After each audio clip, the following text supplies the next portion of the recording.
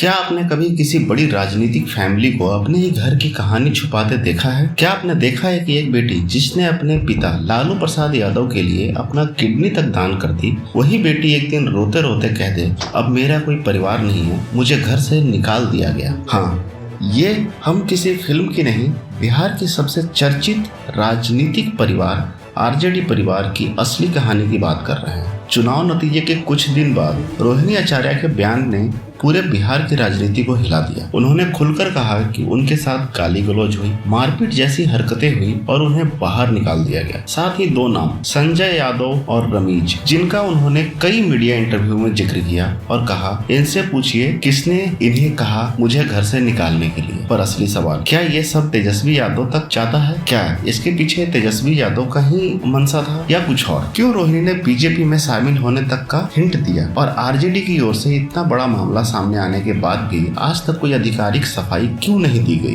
पूरा सच बिना अफवाह, सिर्फ रोहिणी के बयान और मीडिया फैक्ट्स पर आधारित ये वीडियो आपको शुरुआत से अंत तक सब बताएगा। बिहार की राजनीति उस दिन हिल गई जब आरजेडी सुप्रीमो लालू प्रसाद यादव की बेटी रोहिणी आचार्य ने अचानक सोशल मीडिया पर और कैमरे के सामने आकर भावुक होकर कहा कि अब उनका कोई भी परिवार से कोई संबंध नहीं है। चुनाव परिणामों के बाद जब आरजेडी की स्थिति कमजोर हुई, रोहिणी ने एक के बाद एक कई बयान दिए, जिसमें उन्होंने राजनीति छोड़ने तक की बात कही और कहा कि वे अपने परिवार को डिसोन कर रही है, यानी उनका आज के बाद परिवार से कोई संबंध नहीं रहेगा। उनका यह बयान इसलिए और बड़ा हो जाता है क्योंकि मीडिया में उपलब्ध वीडियो और रिपोर्ट्स के अनुसार उन्होंने कैमरे के सामने यह तक कह दिया, मुझे घर से निकाल दिया गया है, अब मेरा कोई परिवार नहीं है। और इस बयान का प्रभाव पूरे देश में फैल गया और देखते ही देखते उनका ये वीडियो काफी तेजी से वायरल होता चला गया। रोहिणी ने यह दावा सिर्फ दुख में नहीं किया,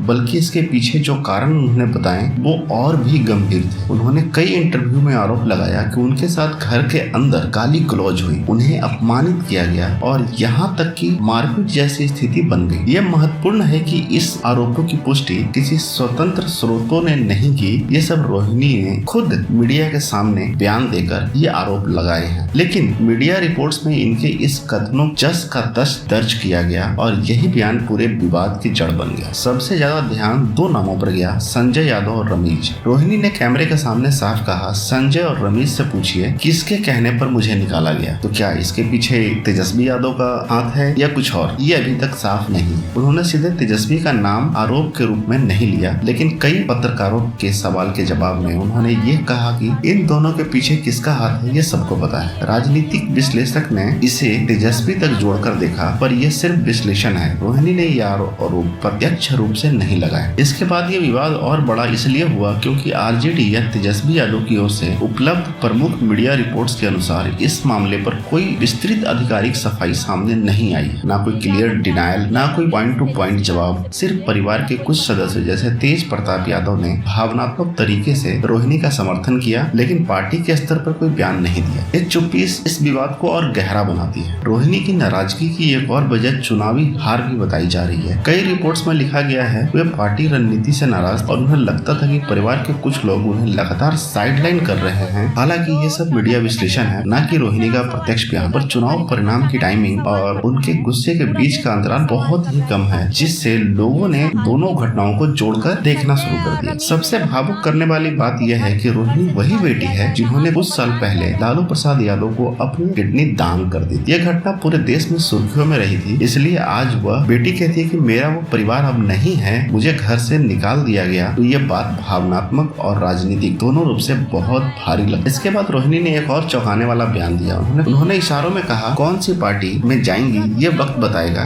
ये बयान आरजेडी के अंदरूनी तनाव को और ज्यादा सार्वजनिक कर देती है और आने वाले समय में बिहार की राजनीति के लिए बड़े संकेत छोड़ता है। अभी फिलहाल स्थिति ये है, रोहिणी ने अपने दुख, अपमान और कथित हिंसा की बातें खुलकर कही है। उन्होंने घर से निकालने, गाली गलौज और अंदर की राजनीति के गंभीर आरोप लगाए हैं। लेकिन दूसरी ओर आरजेडी या तेजस्वी यादव की तरफ से इस आरोप पर कोई स्पष्टीकरण अभी तक उपलब्ध नहीं है। इसलिए मामला एक तरफा बयानों पर आधारित। ये कहानी सिर्फ परिवार की नहीं, यह उस राजनीतिक सामाजिक दबाव की कहानी है जहाँ सत्ता, अहंकार, राजनीति और रिश्ते सब एक दूसरे से टकरा जाते हैं। क्योंकि रोहिणी कभी वापस परिवार में लौटेगी या नहीं, क्या आरजेडी इस विवाद पर कोई सफाई सफाई देगा, या क्या ये मामला बिहार की राजनीति में बड़े बदलाव की शुरुआत है? इसका जवाब आने वाले वक्त देगा। लेकिन फिलहाल रोहिणी ने ये आरोप और आरजेडी की चुप्पी दोनों मिलकर इस कहानी को और गहरा और विवादास्पद बना देते हैं। तो दोस्तों, वीडियो अगर अच्छा लगा तो चैनल को लाइक और सब्सक्राइब करें।